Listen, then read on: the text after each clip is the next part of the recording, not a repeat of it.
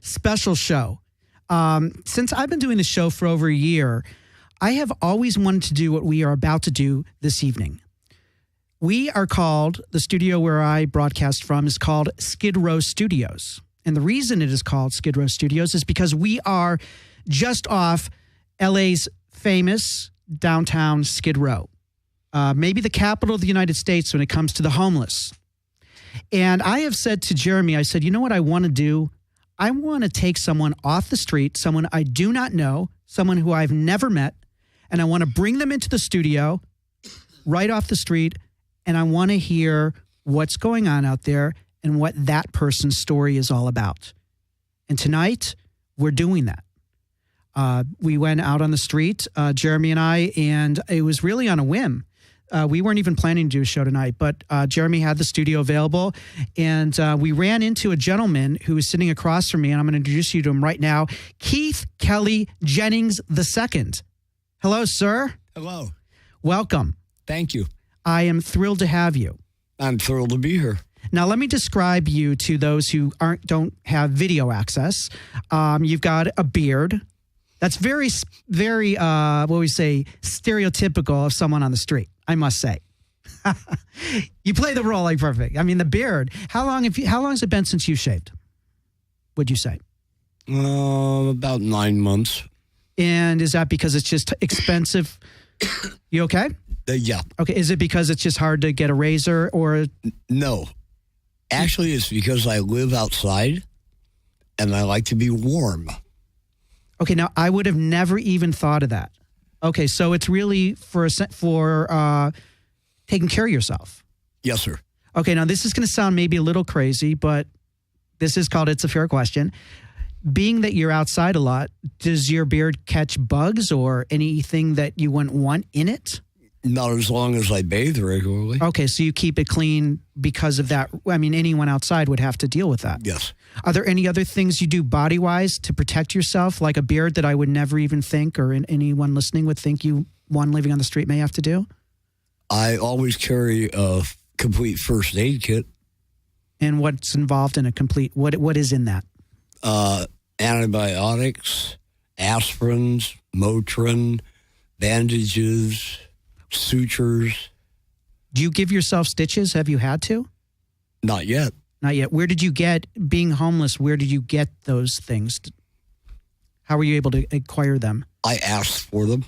From people on the street or a store? I go to hospitals. Oh, okay. Yeah.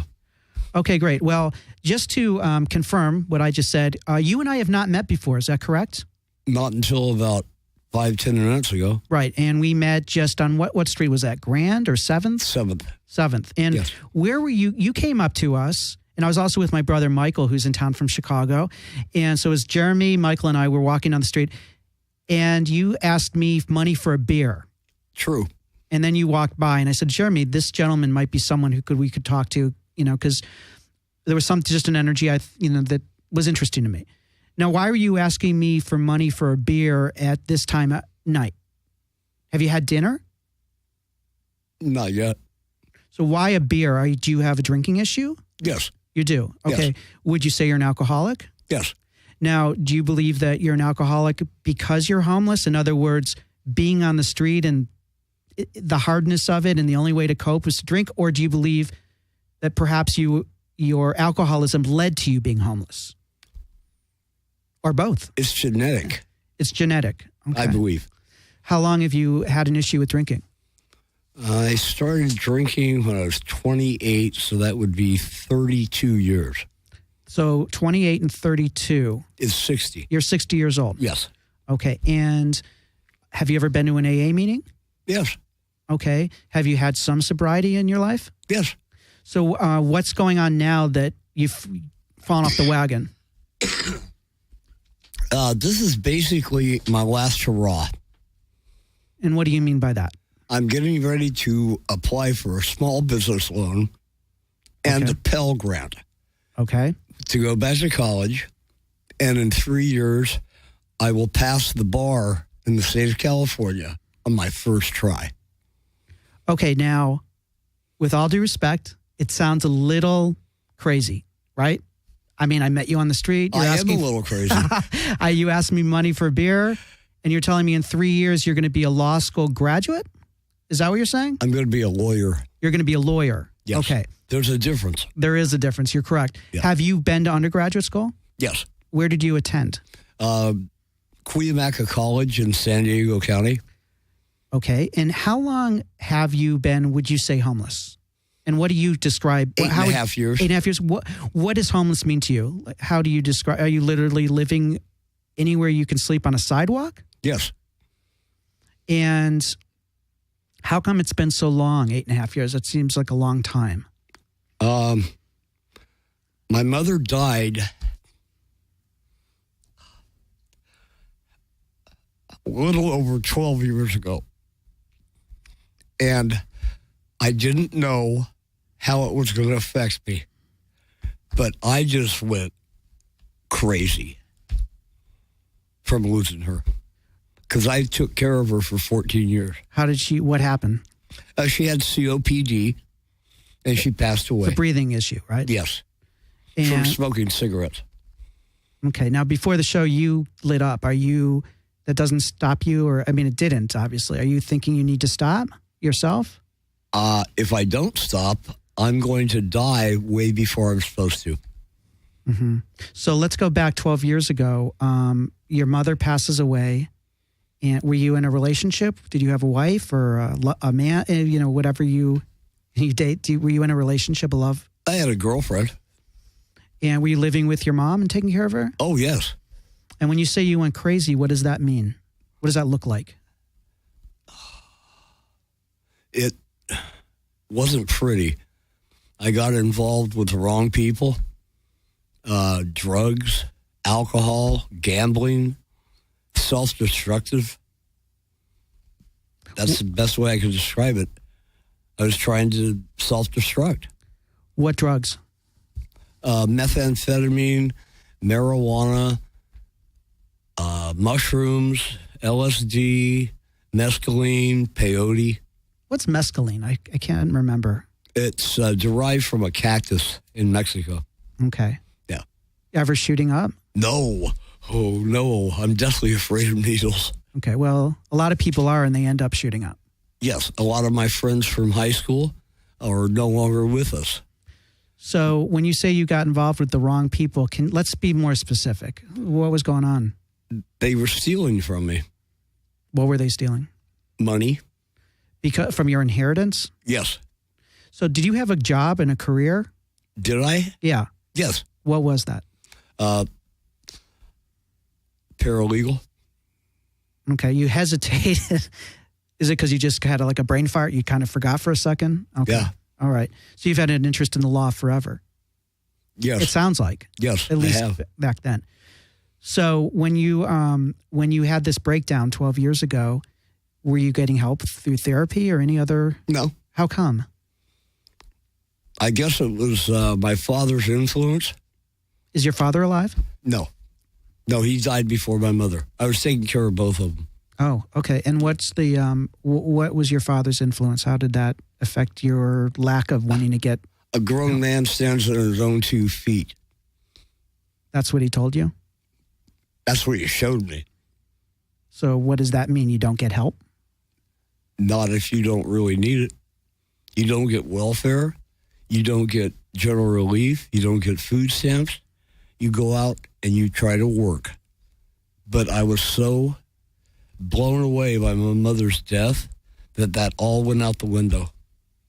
What was it about her death that was so rattling?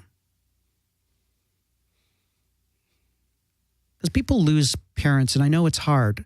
And I thank God my parents are alive, and I dread the day. I dread it, Keith. But what was that connection that would drive you to that point? Up until that time, I didn't really have a concept of how much I loved her. You don't know what you've got till it's gone. And you're still grieving. Oh, yeah. Until the day I die. What about getting some help now with the grief? Oh, no. I've solved the grief problem. About a month ago, the computer rebooted. I'm talking about my brain. Mm-hmm. And I realized I am not honoring my mother's memory by being a screw-up. Do you think you're a screw-up? I have been. And what do you mean by that? What is being a screw-up to you? Not going out and getting a job, not going back to college, not being all I can be. Mm-hmm. Did you have a what you'd call a successful career prior to your mom's passing? Oh, yes. I'm already an accountant. Are you a CPA?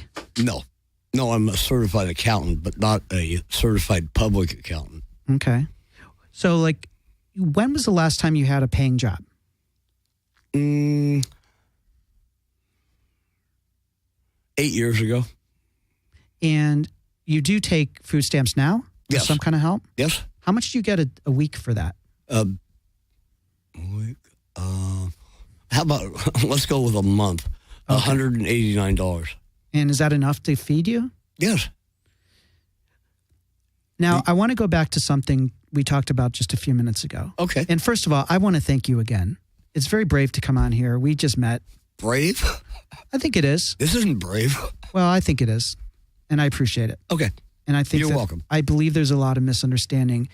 You know, we drive people who have the good fortune to have a car, or even if you're in a bus, and, you know, we see people living on the street and we don't know their story. Judge not, lest thee be judged. What are some of the big misconceptions about living on the street? And like one I hear often is that some people want to live on the street. Is that true? True. It is true. Yes. And are you one of them then? No. No. No. No, sir. You said that something went off in your brain, and you said your words, I don't want to be a screw up. Didn't you use the word screw up? Yes. But then I'm just to be completely... I used a polite word. Okay, I get you. Yeah. But just to kind of call you out a little, and I don't know what a screw up is. I don't like using labels because I don't think it's helpful. For me, I don't like calling myself names because it creates bad feelings in me. Okay. You know, and what's a screw up? I don't know. I just know that perhaps like what you've been doing isn't working out for you. I'm not living up to my potential. Okay, or it's just not working. Right. So you want to change. I get Yes. that. But I do want to point out, my first interaction with you was, do you have money for a beer? Yes. So you told me that something went off in the brain that said you're going to stop self-destructing, Right. correct? But then you did ask for money for a beer. Mm-hmm. That seems self-destructive to me. No, because about a month ago, I started to be able to see through the alcohol. Right, but you're still drinking. But I don't get drunk anymore. Okay. That's the difference. Now, I like you, and this is called It's a Fair Question, where no question is, you know, we ask everything here. It's That's it's fine. me. That's fine. But it does sound like denial. That's to a me. river in Egypt, I believe. Right. When's the last time you went to an AA meeting? I mean, are you getting help in that way? No. No. No. You're going to do it yourself? Yes. Well, do you believe in that definition of insanity, or is that just so annoying for me to even bring up? Oh, no. The definition of insanity is you keep doing the same thing over and over again and think it's going to work the next time. Right. Are you drunk right now? No. Okay. Because I'm going to tell you, like, people listening are going to say, this is what they're going to say. And I know we don't care really what people think or say, but I have to ask. Yes. They're saying Keith says he's no longer going to drink. He's been drinking since his 20s. Something clicked in his brain. He's going to change his life, but he's still drinking, even though he says he's not going to get drunk. That's still, if I'm an alcoholic, I'm not, but if I were, I can't take one drink. So if you're an alcoholic, then how can you take even one drink? Fair question? Perseverance. Really? You ask a question. Are you willing to give up drinking? No. Why not? I like beer. But don't eat And wine. because I believe addiction is a disease, like Yes. cancer or anything else. Yes. And I agree. you're a smart guy. I know that. and I'm not talking about because you have a college degree. You're very good communicator. I mean, you can tell this one guy's a smart guy. But don't you see that continuing to drink, if you're an alcoholic, is just not going to work out? We'll see. I'll get back to you on that in a couple of years. Really? You think that you can, because you're 60, right? Yep. I mean, how much time do you want to experiment? Or another 40 years. Is the beer that good? Depending on the beer, yes. Really? Yes. What kind of beer is your favorite? I would have to say a dark German beer. Really? Yeah. Because here's what I'm thinking. Okay. I'm thinking that you are an intelligent guy who's in a lot of pain. I think you're very sad about your mom. Yes. And that's obvious. It's not like I'm a psychic. Anyone listening could see that, and you can. And I think that you drinking and medicating is never going to work for you. You could be right. And you know, they say if you want to predict the future, look at the past. And I'm not being judgmental. You and I, at the end of this thing, you're going to go off in your way and I'm going to go off in mine. Right? True. I only wish you the best. I'm not trying to be anything but helpful or kind. But I see someone I can see you've got a great soul that's hurting. And it's sad to me that a beer is more important than that help. I think the main thing that will help is if I do get my wife together enough to get a small business loan, a Pell Grant, which is non-repayable to go to school, and if I have something to do every day, as in running a business, I won't have time to drink. Right, but don't you think it would help if you stopped drinking today? No. And why not? Because I don't have the wherewithal to get off the street right now. But isn't there a paradox? Isn't it the alcohol that's keeping you on the street? No. Why would you say no so quickly? Because if I wanted to get off the street tomorrow, if I would admit to my alcoholism at any one of the missions or help places, I'd have a place to sleep that night. But what are you afraid of by stopping to drink? I'm not afraid of anything. Are you sure? Because it feels to me there's a fear. You said you couldn't survive on the street without drinking. No, I could survive on the street without Didn't you say that, or did I not? No, you misinterpreted. I misinterpreted? Maybe I said okay, it I'm wrong. not trying to twist your words. Right. Maybe I said it wrong. Let's talk about living on the street a little, and then we'll get back to this. Okay. What's your day like? What time do you go to sleep? When it gets dark. Okay, it's getting dark these days here in Los Angeles. We're in February or almost February right now. About 4:45, 5 o'clock. Yeah, maybe I'll read for a little while. What do you read? Novels. Where do you get them? People give them to me. Just off the street? Yes. So where do you usually do this? Downtown? San Pedro Street, Boulevard Avenue. Is that Skidrow? Yes. Why? What is it about? And this is going to, again, may sound crazy. That's all right. God forbid I'm homeless. Because now I say God forbid. Is it a God forbid or is it not? You live there. Tell me. No. It's not God forbid. No. And if he wakes me up every morning, I'm thankful. Okay. Do you feel sorry for yourself? Excuse me? Do you feel sorry for yourself that you're living? No. Is that because... And because some people would, when you drive through Skidrow, I feel sorry for you. And well, that's all right. But why should I not? No, you should. Oh, I should. But I am not going to feel sorry for myself. Okay. Ever. Do you think part of that is because you drink and you medicate, and if you actually were completely sober, you might feel sorry for yourself? No. It's the way I was brought up. Okay. Like I said, you stand up. Right, but you also shared with me that doesn't quite work, or at least it doesn't seem to work, right? It's going to work better in the future. Okay. You caught me at a really weird transition in my life. Okay. Is that a good thing? Yes. What do you normally like? Depressed. And what does that look like for you? Not talking to people, not interacting with anyone, not thanking God for waking me up in the morning. A lot of knots. Do you think you drink because you're depressed? No. I drink because I'm bored. Well, you could read more if you're bored, or you could... I couldn't read any more than I already do. But there are other things to do besides drink. Yeah. When one's bored. Yeah. Right? Yeah. So you go to bed when it's dark? Well, roughly. Or a little later. Okay. 9 or 10 o'clock. And how do you find a place to sleep? Because you are living on the street. What would be a good place to sleep? How do you determine that?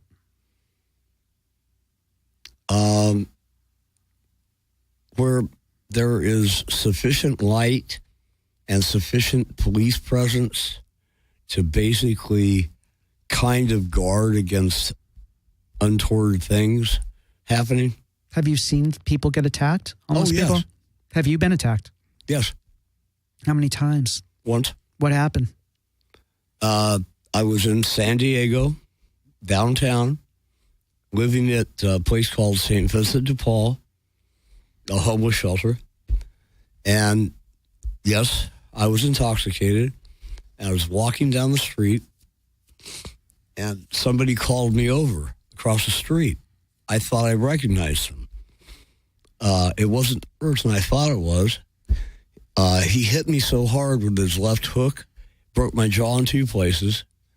Then tried to get my wallet, but it was attached on a chain.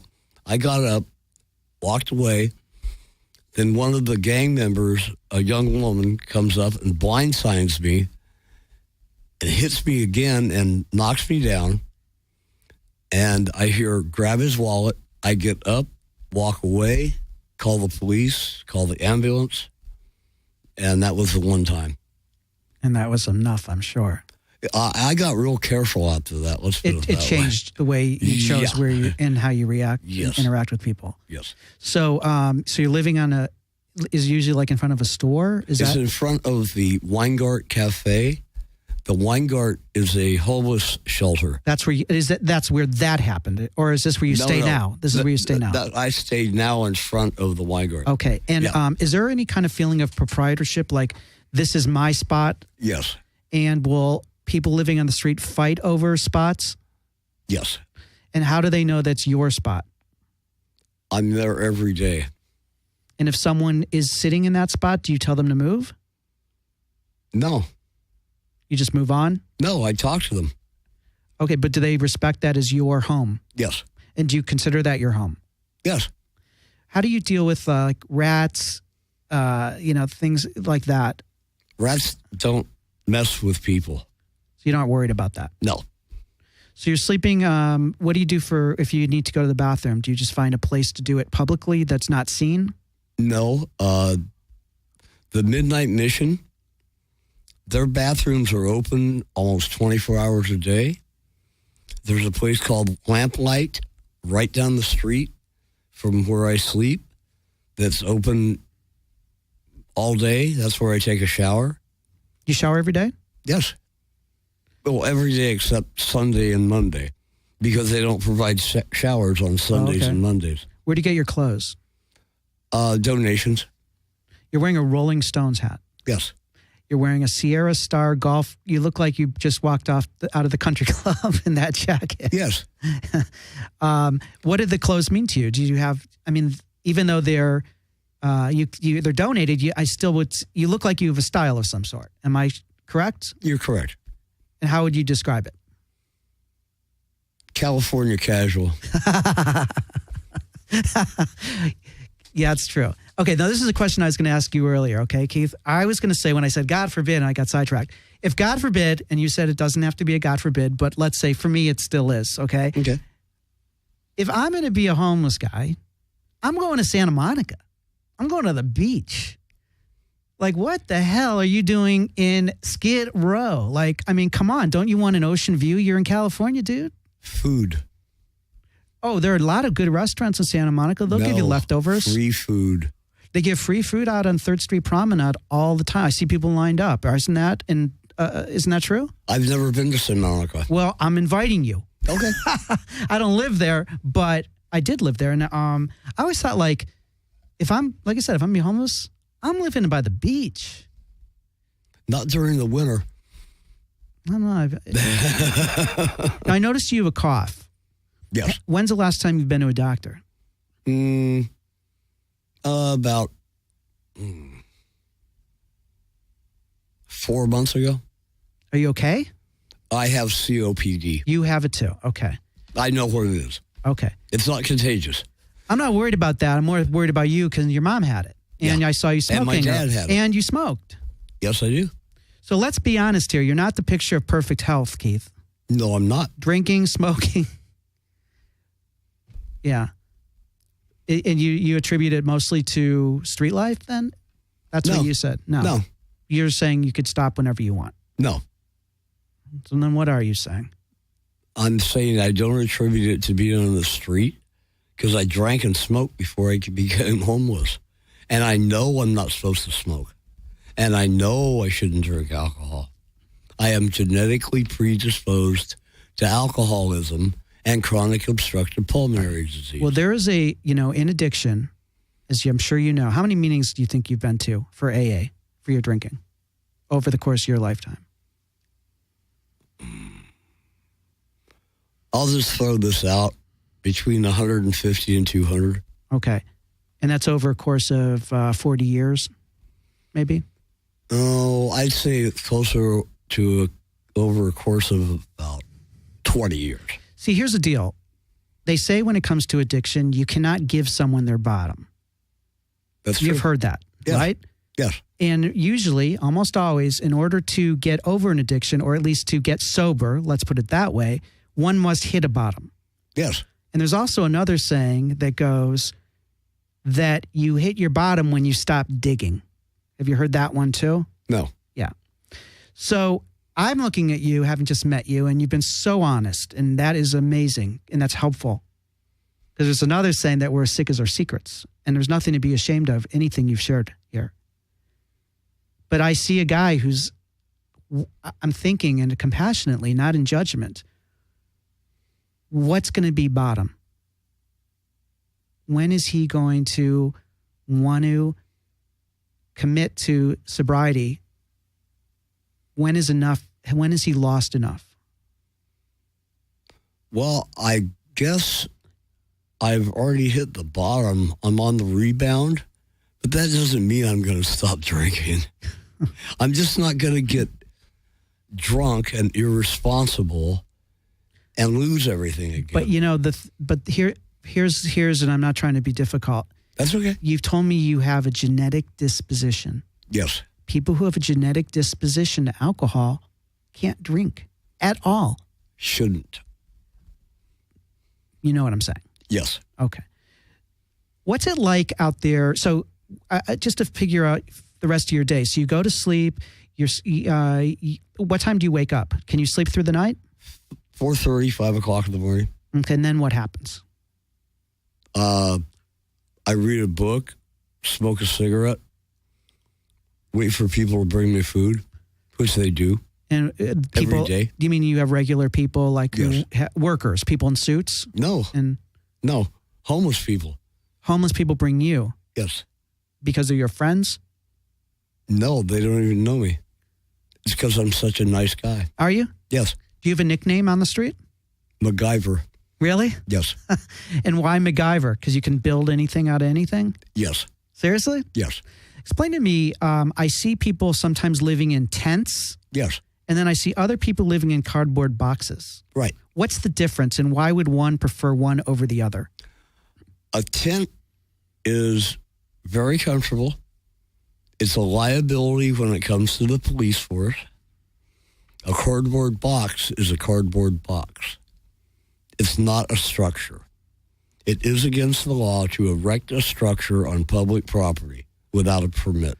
So a box is not considered a structure, but a tent would be? Yes. So if one were to use a tent, they're more liable to police giving them a hard time. Yes. Okay. Yet we see, in true Skid Row, we see tents everywhere. You couldn't get away with this in San Diego. Now, looking at you and what you're wearing, I'm looking at your, now your nails are dirty, but I imagine that's because you can't help it, right? I mean, you don't have access to typical. How do you stay sanitary? I mean, I know you use the restrooms at the mission. You use the showers. Mm-hmm. That's probably as best you can do, right? Right.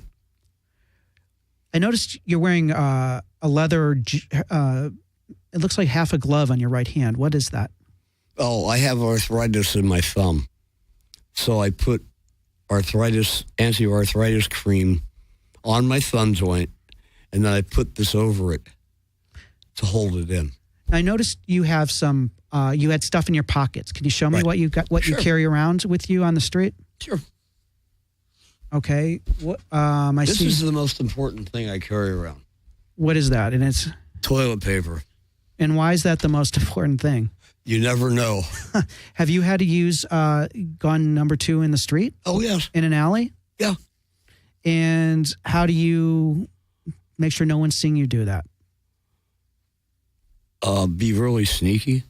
How is that? If God forbid I need to go number 2. I mean, you just, find behind a car? I don't know, like what the life is like. Behind a car, behind a dumpster. I make sure that I have a cardboard box so I can throw it away so it doesn't stay there. So you don't just go right on the cement? No. Okay. So you have toilet paper, you've got a pen, a knife, a plastic knife. A lot of plastic. Why all the plastic silverware? Because that's all we get. At the mission? Well, anytime. Anywhere. Yeah. Okay. Anytime. So you're pulling out a bunch of stuff. Oh, wow. He's got all kinds of stuff in that pocket. It's amazing how much you can put. Now, what is it with, there's some homeless guys who are pushing 6 carts down the street. What is that about? Insanity. What makes a homeless person think another homeless person has lost their mind? Like, would that be like if you saw someone with 6, you go, that person's lost their mind? Well, yeah, but if I saw somebody with 6 cars in Beverly Hills, I'd think they'd lost their mind too. Materialism is not the way to go. Yeah. That's an interesting... Oh, you want to see something really strange? Okay, he's holding up a horseshoe. Is that you can hold it right up to that camera there and show them. What is that? It's a souvenir from the Rose Parade this year. Okay, and how did you end up with that? A religious group. Is it metal? Yes. Hit it. Let me hear it. Yeah, that is. Did you use that as a weapon? No. Okay. No. A weapon is a gun. Right. How do you defend yourself? Do you carry anything with you? No. You don't have a pocket knife or anything? No. Well, you've got that plastic knife. Oh, yeah. That's really scary. I know. You know, the scariest weapon I've got is my mind. Yeah. And the training I received as a younger man. Tell me about, what do you mean by the training you received as a younger man? What was that kind of training? Self-defense. And so what kind of self-defense? I mean... A form of martial arts. Should I be scared right now? Not of me. Okay. Now, if somebody bothered you when we were walking down the street... You would kick their ass? Oh, no, I would kill them. Okay. So you are really trained? Yes. Okay. Well, thank God, because you need it, right? If you're on the street. No. If you're on the street, though. I don't need it. Okay, well, good. But it must feel good to know you have that. Yeah. Now, what's with, so I'm describing what he's pulled out. It's like clowns coming out of a circus car. No I've never kidding. seen so much crap in one coat. You ought to see what I can do with a full set of camouflage with 12 pockets. Now, what about your pants pockets? Are there anything in that? Yeah, my billfold. Your billfold? Yeah. Okay. Home. When's the last time, I'm curious, do you file taxes? No. When's the last time you filed a tax return? Who was president? Reagan? Does I don't remember count? Do you get mail? Yeah. Okay. And where do you get mail delivered? The Midnight Mission. There are some people who think, oh my God, it would be so amazing. You know, like, this is great. I don't think this way, but I could see someone thinking, how great. Don't have to pay taxes. How many bills do you have a month? Excuse me? What is your budget like? I mean, do you have any bills that you have to pay in a week, in a month? Like, you don't have to pay rent, right? I don't pay utilities. I don't have a mortgage. No I don't mortgage. have a car payment. I don't pay insurance. No, I don't have any bills. So there's something freeing in that, in a way, isn't there? Yes, and that's why a lot of people that drive by with their $60,000 or $80,000 SUV give us the finger, and they're jealous of us. You really believe that? I know it. And why do you know it? Because I've been told it before. From them?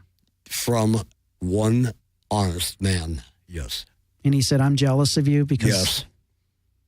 Because he had 3 kids, 2 ex-wives, alimony, bills, working 6 days a week, 12 hours a day, just to, stay even. He's all, you got it easy. I said, well, I'm in Southern California. How hard could it be? Do you have children? No. None that I know of. Were you ever married? Yes. Really? Twice. Really? What happened? They chose drugs over me. What's the sex life like out there on the street? What's that? Really? There's no sex? Well, yeah, there's a lot of it. But I mean, I am not going to... I couldn't even own a cat or a bird or a dog. If I barely take care of myself, what am I going to do with a woman?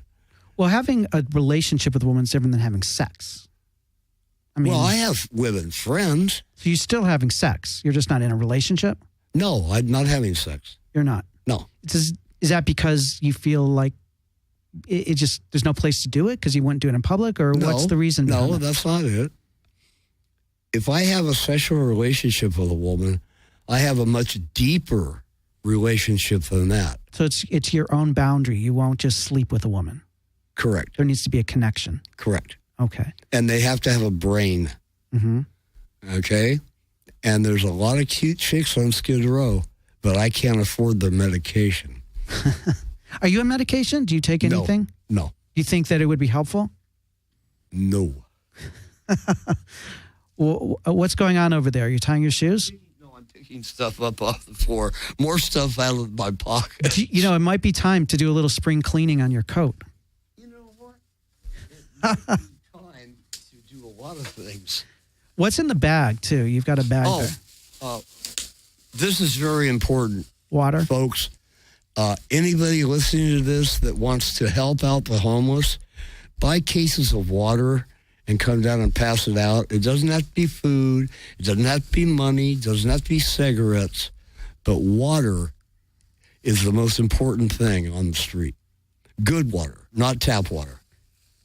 Now, tell me a little bit about the characters you've met out there on the street. Any people you've been shocked at what they've done before they ended up on Skid Row? Accomplishments, that kind of thing? Well, I met a rocket scientist. What do you mean by that? Literally? He worked for NASA, helped develop the space shuttle in the 1950s. And in case you guys didn't know, it was already on the drawing board in 1954, same year I was born. But how do you know? I always think people on the street can say anything. There are a lot of crazy people just in the world in general. Oh, really? You think so? I'd be sarcastic, or I think I'm talking to one right now. I might be, but in a good way. Well, well, thank you. Wait, before you put everything away. Oh, okay. Okay, so there's mostly there's toilet paper. Yep. And then there's chapstick because of the sun, right? Yep. What's the red wrapper? Condom. The guy who never has sex. No, it's called wishful thinking. I know, but you come off as some guy who's only about the brains. And then what do I see? A condom that has the word love on it. What's the expiration date on that condom? Let's see. I've only had it since 1972. So That's great. Okay, you got the comb. That's probably for the beard, too, I'd imagine. Yep. Correct? And you got a golf pencil. What's with the dice? Why do you need a die? I would think on the street, the last thing I would need is one dice. or I don't know, a die? Just to play? Do you gamble? Yes. Not with dice. Now, I want to talk to you about what you've seen on the street. You know, for 8.5 years, that's a long time to be living out there. Tell me about the crime you've seen. This is something about... This is rather disturbing, but I'll tell you about it anyway. I was on what we call the bottoms, which is our San Diego Skidrow. And I was 18 feet away, and yes, I measured it, from a man that got a woman so drunk she passed out, and then he tried to have oral sex with her. That's the worst thing I've seen. And I helped convict him on 5 counts and put him away for 7.5 years. And I'm proud of it. Yeah. So now, if I saw you shoplifting something, I wouldn't go run up and tell the manager. That's minor. Right. What's going on with that bag? I'm hearing a lot of crinkling. Oh, okay. Is that a beer can? Yeah. I recycle. That's one way. That's one way. It wasn't the point money. No, I know. I'm not laughing. I'm not laughing that you recycle. It's just we've been talking about drinking beer and that part doesn't even. I didn't drink that one. Oh, really? No. Okay. No. So you're putting away everything. What's with the leather whip or belt or whatever that is? Is that a belt? Yeah. And what it's a broken belt. Why do you have that? I do arts and crafts stuff. Okay. You've got toothpaste. Is there a toothbrush in there too? No, I don't have any teeth. Now let's talk about that.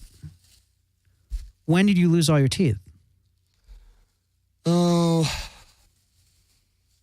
after my father passed away, before my mother passed away, I went to the dentist, and he suggested that he pull some of my teeth and provide me with dentures and a partial plate. And I told him, I said, well, what's going to happen 5 or 6 years down the road? He said, oh, we'll pull the rest of them. I said, why don't we just get it over with? Now, is it from doing meth? Yes. And how does that happen? Do you just lose, literally they just start falling out? Or is it like with your baby teeth, they wiggle and then you pull them? Basically what it is when you do methamphetamine, you stop caring about taking care of yourself. Mm-hmm. All you care about is the drug. And that's basically what happened. And also, if you do enough of it, and when you snort it, it also goes into your sinus area, and it goes down into your teeth, and it does literally eat the bone away. Describe the high of doing meth. I believe I can fly. How much do you think you've spent on drugs? Why don't you ask me how much you think I made on drugs? You sell drugs? I did. Really? Okay. Well, how much did you make selling drugs? For over 30 years. 30 years? Yeah. How much did you make? A good year, $250,000. Selling what? Methamphetamine, hallucinogens, and marijuana. Don't they say you shouldn't do your own stuff? Don't they always say in the drug world, don't do your own stuff?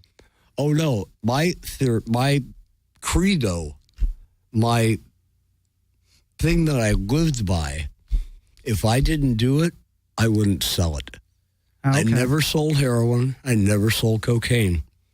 I have tried heroin. I snorted it one time. I smoked it one time. It didn't do anything for me. What did you want to be when you were a little boy? A heart surgeon.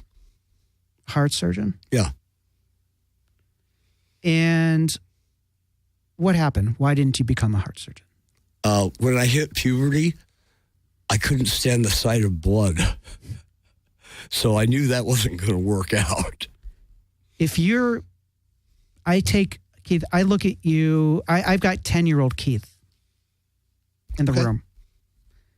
And he's sitting over there. Okay. And I say, 10-year-old Keith, let's look ahead 60 years or 50 if 50 years. If you were 10. And this is what your life's going to look like. What is 10-year-old thinking, or what are you thinking when you see that little boy? You want to know what the 10-year-old Keith is thinking? Yeah. He'd laugh his ass off. Because? He wouldn't believe it. In a funny way, or? No, in a ridiculous way. Like, yeah, right. Like, I don't believe that. No, 10-year-old Keith wouldn't believe it.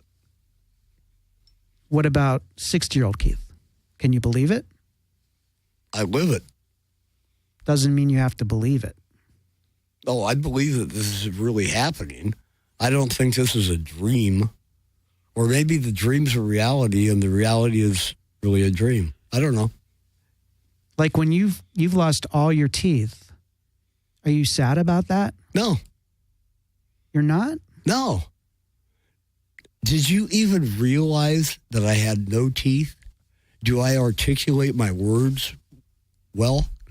I think you're more articulate than people with extra teeth, I would imagine. But still, that doesn't, for me, mean there wouldn't be perhaps some sadness. Oh, no, there's no sadness. And yes, I'm going to get false teeth eventually.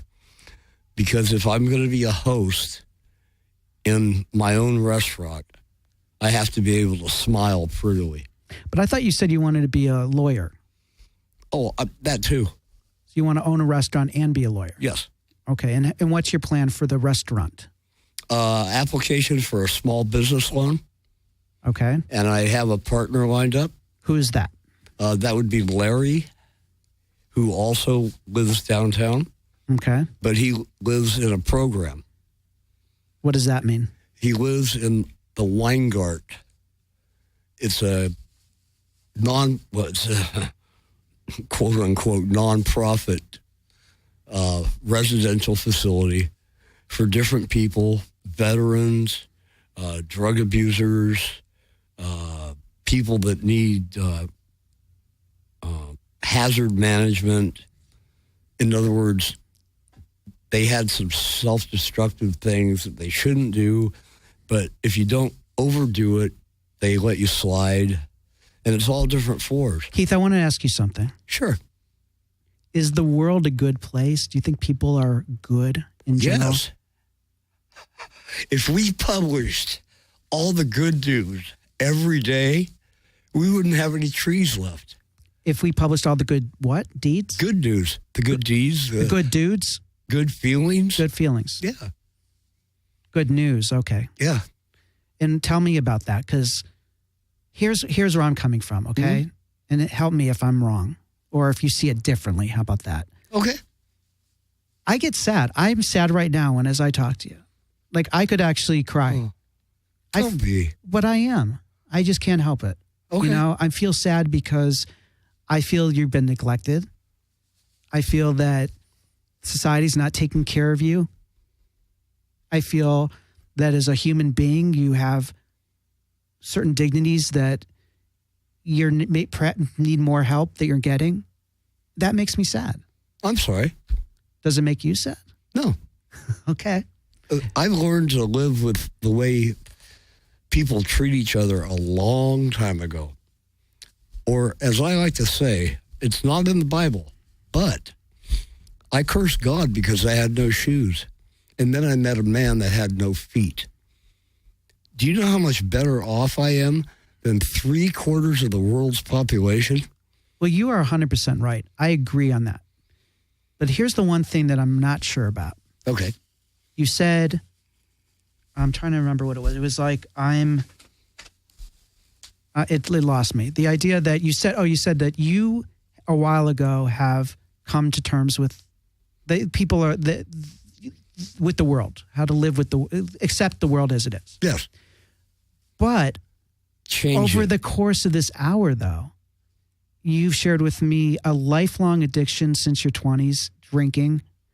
You've taken you've taken meth Yes. to the point where you've lost your teeth. Yes. So to me, that doesn't seem like coping.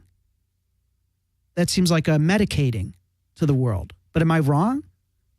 No, But remember, mammals have a natural predilection to change their mindset.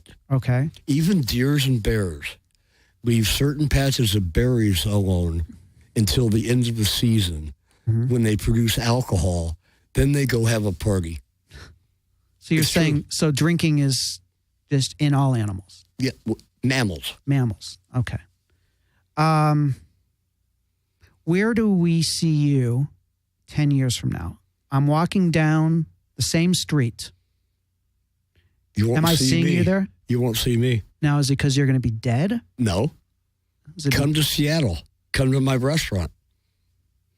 okay, I believe me. I would love that. Make sure I get a business card before I leave here. Well, I like that, you know, I get that you have got plans, and that's really cool. And I just hope that you take care of yourself to see those plans through. Thank you. Yeah. It's nice to hear somebody care about me. Well, I do care about you. I know. And I think there are a lot You of care people. about everybody. Well, I try to as best, you know. Well, guess it's hard, what? but I really try. Be really careful. And tell me what you mean by that. You can get disappointed really easily. By caring? Yeah. But isn't it better to be vulnerable Yes. and get disappointed than to not be at all? Yes. Caring? Have you been disappointed a lot? Oh, yes. What would be the biggest one? What are the demons besides? I know you lost your mom, but are there My more? 2 ex-wives. Because I was brought up to believe that when you got married, that was it. How long were you married on both 7 years apiece. When we look at your childhood, and we're going to have to wrap up pretty quickly, Okay. but I am very curious. You know, addiction does run in families. It's well known. It doesn't mean it has to have come from a previous generation, but it's quite common. Tell me about your family. Were your parents addicts? My father was allergic to alcohol. He was an alcoholic. No, Okay. So he wouldn't drink. He did not drink. did not drink. Was he an addict in any other way? Cigarettes, What about your mom? alcoholic. Did you guys drink together? No, Did that contribute to her death, the alcoholism, do you think? no, No. no. The smoking, Were you abused as a kid? never. Never physically, emotionally? Nope. So basically what you're presenting, I mean, not that I'm some psychologist or an expert on addiction. Oh, you're not Dr. Phil? You kind of look like him. Not quite. I don't have the mustache. I'm half his size and half his weight. Or I do have a little bit of growth going on. That's right. But nothing can compete with yours. No, I mean, it sounds like what you're describing is someone who got caught up in addiction, True. but also someone who's not quite ready to give it up. Well, I don't do methamphetamine anymore. Well, I know, but you're drinking. I know. So I'm that's also smoking. and smoking. Yes. You know, it's like, I don't want to make you feel bad about it. I'm not trying to put you down, but I just see that could be a problem. Yes, it could. And until but you said you're not really willing to give it up either. Not yet. Right. And when is that time coming? Do you have a date or an event? No. An event, yes. What is that event? After I complete the business plan and present it to the Small Business Loan Administration, it's time to Cold quit. turkey. Yep. I'm hearing, and again, this is coming out of caring, I'm hearing perhaps you're fooling yourself because you're going to keep drinking when that time comes and perhaps say, well, now I'm going to stop drinking when the restaurant's open. No. And then I'm going to stop drinking once we've hit our first year anniversary at the restaurant. No. How do you know that's not going to happen? Because I already have a plan. Have you ever planned on quitting drinking in the past and it didn't No. happen? No. Okay. But I have a plan, and it's real simple. Okay. My partner is a baker chef, Okay. professionally trained in the prison system of California. I'm sure the food must be amazing. Oh, he is amazing. That prison. I'm just kidding around. Anyway, Yeah, so he's a Yes. professionally trained chef. Yeah, he's going to be the chef. Okay. I'm going to be the host. Okay. But you know what? I'm sorry to cut you off. Go ahead. But we are so close. We really need to wrap it up. Okay, And I could talk to you for another, all night.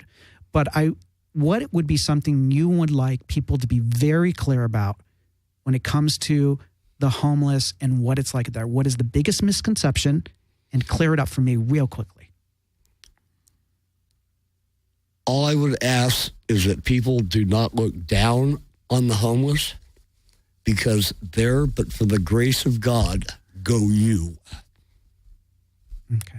Well, thank you. I cannot thank you enough. I've learned so much, and I know there's a wealth that we haven't even hit of information and in life experience, and I want to thank you, for being here tonight and helping me. Thank you for giving me an opportunity. To speak for the homeless. Well, you know what? I think as much as you may say you're speaking for the homeless, I think you're speaking for you. You as a human being. And not as a homeless person necessarily, but as who you are in your life experience. I have a shirt that says, I am human. You are. And I am human too. And that's what makes us brothers, right? Mm-hmm. All right. Thank you so much. And You're welcome. Really am grateful that you entered my life and all of those of you listening, your life as well. Thanks again. I want to thank Keith there, and I want to thank all of you for being a part of Vic Cohen's. I almost forgot, Keith. Vic Cohen's It's a Fair Question. I'm Vic Cohen, and it's a fair question. It's a fair question. It's a fair question. I'm Vic Cohen, and it's a fair question. It's a fair question. I'm Vic Cohen, and it's a fair question.